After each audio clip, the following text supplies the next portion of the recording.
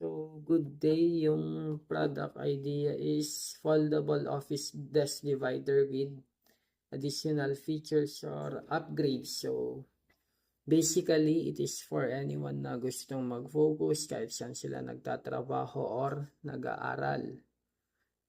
Alam niyo yan kapag nasa cafe ka, library, o shared office space. Siyempre, madaming distractions. Maingay, magulo, minsan walang space para sa gamit mo. So, mahirap mag-concentrate. Kaya naman, what if may something ka na pwedeng i-set up anytime or kahit saan na parang mini workspace mo. So, meet the foldable desk divider. So, super handy, mabilis i-set up, tapos, siyempre, tutulungan ka niya makapag-focus. So, yung features niya, hindi lang sa divider. Meron siyang noise cancelling foam para mabawasan yung ingay. Siyempre, kapag nasa public space ka, madaming tao, siyempre, medyo maingay. So, marereduce niya yung noise na nanggagaling sa kapaligiran.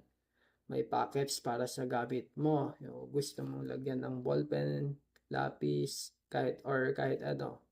May phone holder din siya. Tapos, optional yung whiteboard area kung pwede mo lagyan. Pwede mo ring dagdagan ng LED lights for better lighting. Siyempre lalo na kapag nasa madilim na space ka, tapos nagbabasa ka pa, siyempre useful sa'yo yung may LED light yung portable divider mo at makakapag-focus ka pa. So,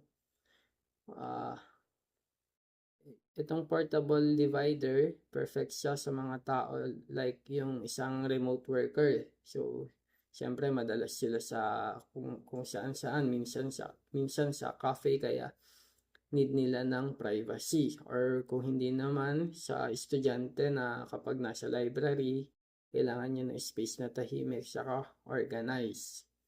So, yung pag-setup nito is less than 30 seconds lang. So, nakakatulong pa sa pagbabawas ng ingay and matibay siya. Matagal, kaya siguro hanggang 1,000 folds, tas magaan, durable yung materials at pang matagalan talaga. Sa itsura naman, simple pero klase yung itsura niya. So, pwedeng lagyan ng kulay gray, navy, white color option. So, depende na rin. Preferably matte finish para hindi siya nakakasilaw. Tapos, may smooth, rounded edges para safe at comfortable gamitin.